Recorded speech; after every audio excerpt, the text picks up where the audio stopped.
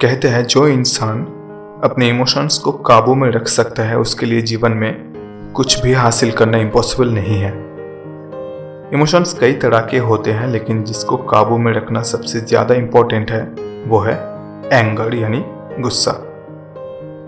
हर एक इंसान को कभी ना कभी किसी न किसी बात पर गुस्सा तो ज़रूर आता होगा, ये नेचुरल है। जब तक गुस्सा आपके काबू में है तब तक कोई प्रॉब्लम नहीं है, लेकिन जब आप गुस्से के काबू में आ जाते हैं दिक्कतें तब शुरू होती हैं। ये ना सिर्फ आपके हेल्थ के लिए खराब है, इसकी वजह से काफ़ी रिलेशनशिप्स को भी आपने टूटते हुए देखे होंगे। अगर आप एंगर की इस डिस्ट्रक्टिव कंसिक्वेंसेस से बचना चाहते हैं तो ये वीडियो आपके लिए।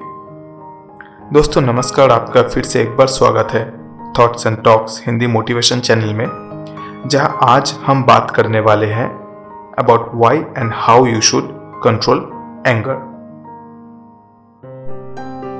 दोस्तों एक कहावत है, anger is a punishment we give to ourselves for others mistakes.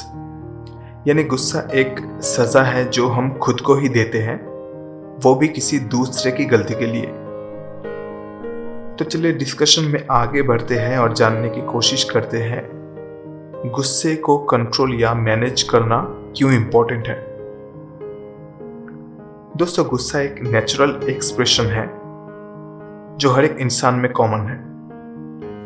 Anger to a certain extent is all right, but गुस्सा अगर हद से ज्यादा हो जाए तो इसके कई नेगेटिव इम्पैक्ट्स हो सकते हैं,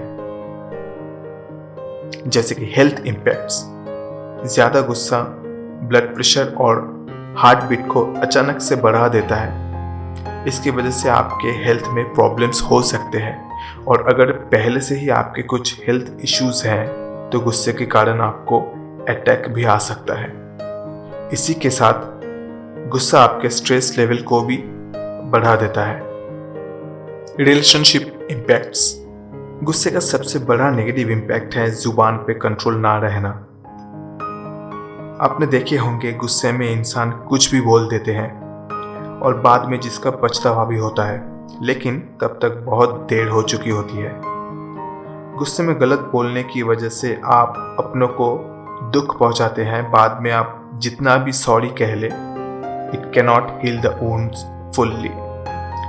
इसी की वजह से काफी रिलेशनशिप टूट जाते हैं। Personality impacts. गुस्से को कंट्रोल ना कर पाना यह भी दर्शाता है कि आप अपने इमोशंस को काबू में नहीं रख सकते। ये एक वीक पर्सनालिटी की पहचान है, और जिसकी पर्सनालिटी मजबूत ना हो उसे जिंदगी की किसी भी क्षेत्र में सफलता हासिल करने में दिक्कतें आ सकती है। ये थे गुस्से के कुछ नेगेटिव इम्पैक्ट्स, जिससे अगर आपको बचना है तो you must know how to control your anger. सबसे बेहतरीन और सबसे इफेक्टिव मेथड है अपने ब्रीदिंग को कंट्रोल करना। जब भी आपको किसी बात पे गुस्सा आए तो सडनली कुछ नहीं कहना है, शांत रहने की कोशिश करें और अपनी सांस को पूरी अंदर ले और कुछ देर होल्ड करने के बाद उसे रिलीज करें। इस प्रैक्टिस को 4 से 5 बार एटलीस्ट करना है आपको।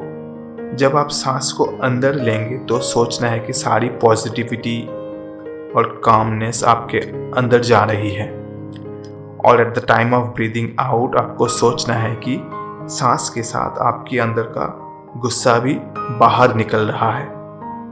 तो ये एक इफेक्टिव मेथड है। गुस्सा जब सर पे चढ़ जाता है तो ये ख्याल रखना मुश्किल है कि हम क्या कर रहे हैं, क्या बोल रहे हैं, किससे बोल रहे हैं और इसका इम्पैक्ट क्या हो सकता है। ज़्यादातर इसका इम्पैक्ट नेगेटिव ही होता है, इसलिए आपको इमीडिएट रिएक्ट करने से बचना होगा। थोड़ा पॉज ले, उस जगह को छोड़कर कहीं और जाके बैठे। इससे आप इम्पल्सिव रिएक्शन से बच सकते हैं और इससे आपका गुस्सा भी थोड़ा शांत हो जाता है। अगर आप एक स्ट्रॉन्ग पर्सनैलिटी के इंसान हैं तो गुस्से में रिएक्शन देने से पहले थोड़ा सा सेल्फ एनालिसिस बहुत ही इफेक्टिव हो सकता है। मोस्ट ऑफ द टाइम हम दूसरों की किसी बात पर या दूसरों की किसी एक्टिविटी पर गुस्सा हो जाते हैं और इससे हम अपना इमोशनल कंट्रोल दूसरे के हाथ में दे देते हैं। अगर ये कंट्रोल आप अपने पास रखना चाहते हैं तो गुस्से के कारण को थोड़ा एनालिसिस करें। ये एक बहुत ही इफेक्टिव मेथड है गुस्से को काबू में लाने का। तो दोस्तों, ये थे गुस्सा कंट्रोल करने के कुछ आसान और इफेक्टिव मेथड्स।